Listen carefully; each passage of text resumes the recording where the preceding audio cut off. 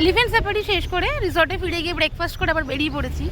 এবার যাচ্ছি জিপে করে, দেখতে পাচ্ছ খোলা জিপ, জিপে করে যাচ্ছি এবার জঙ্গল সাফারি দেখতে। তো চলো এবার দেখা যাক যে আর কিছু দেখতে পাই কিনা জঙ্গলে গিয়ে।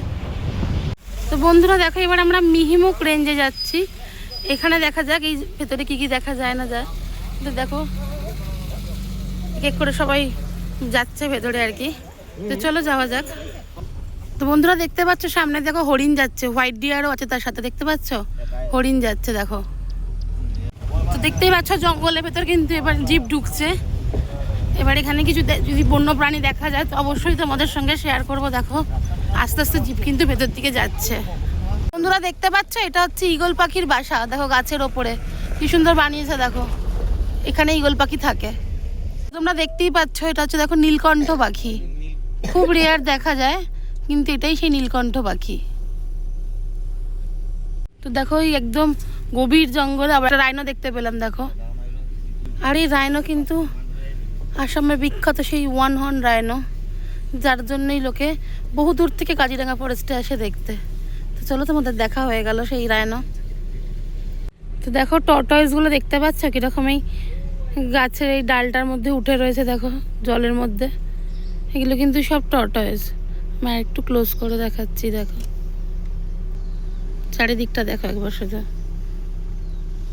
তো দেখতে পাচ্ছ আরো এক জায়গায় আমরা এলিফ্যান্ট দেখতে পাচ্ছি, দেখতে পাচ্ছ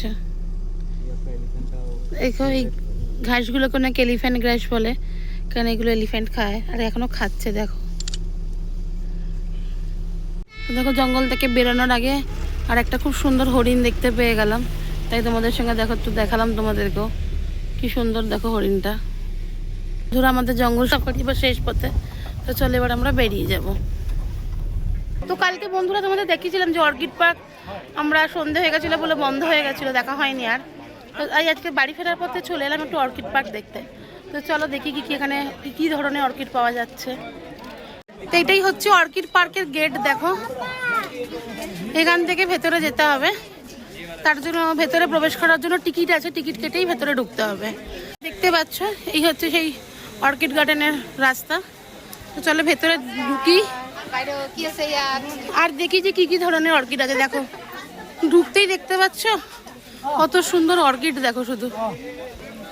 তো দেখো এখানে অর্কিড গুলো দেখতে পাচ্ছ, নানান ধরনের অর্কিড আছে, তার মধ্যে এইটা এক রকমের দেখো, এইটা এক ধরনের, এরকম বহু অর্কিড আছে। চলো তোমাদের আগের সামনে আরো দেখাচ্ছি আমি। অর্কিড গুলো একবার শুধু দেখো তোমরা, কত ধরনের কত কালারের অর্কিড দেখো, দেখবার মতো সুন্দর, কত সুন্দর দেখো। অর্কিডের পর একটা মিউজিয়ামে এসছি, দেখো এখানে কত কিছু রাখা আছে, আমি ঠিক বলতে পারবো না কি কি মানে কোনটা কোন জিনিস, সব ওদেরই মানে আসামেজেরই নানান জিনিসপত্র। দেখো পুরোটা একবার ঘুরিয়ে মানে দেখিয়ে দিলাম, দেখতে পাচ্ছ এগুলো সব একটা মানে মিউজিয়াম টাইপের আছে। আর এইদিকে দেখো সব শাল বুনছে, 20 থেকে 25 দিন লাগে একটা শাল তৈরি হতে। একদিকে শাল তৈরি হচ্ছে, মেখলা তৈরি হচ্ছে, তো দেখতেই পাচ্ছ। আর এদিকে দেখো কত রকমের গয়নাগাটি রাখা, এই সমস্ত গয়নাগাটি ওরা ব্যবহার করে বা ওদের ট্র্যাডিশনাল কিছু গয়না, এগুলো দেখো। এটা অসমের একটা ট্র্যাডিশনাল জিনিস, এটাকে কি যেন একটা বলে আমি ঠিক বলতে পারছি না এই মুহূর্তে, কিন্তু এটা প্রায় মানুষের মানে সব ঘরেই জিনিসটা রাখা থাকে, অসমের প্রত্যেকটা ঘরে জিনিসটা দেখা যায়। দেখতে পাচ্ছি এখানে আরো ছোট ছোট সব লাগানো রয়েছে। এটাকে আসামের ওরা ট্র্যাডিশনাল টুপি বলছে, যেটাকে ঝাঁপি বলে। দেখো আচ্ছা। তো বন্ধুরা আমাদের কাজিরাঙা ফরেস্ট পুরো সম্পূর্ণ ঘোরা হয়ে গেছে। এবার আমরা এখন দুপুর প্রায় 1:30 বাজে বেরিয়ে যাচ্ছি জোরহাটের জন্য।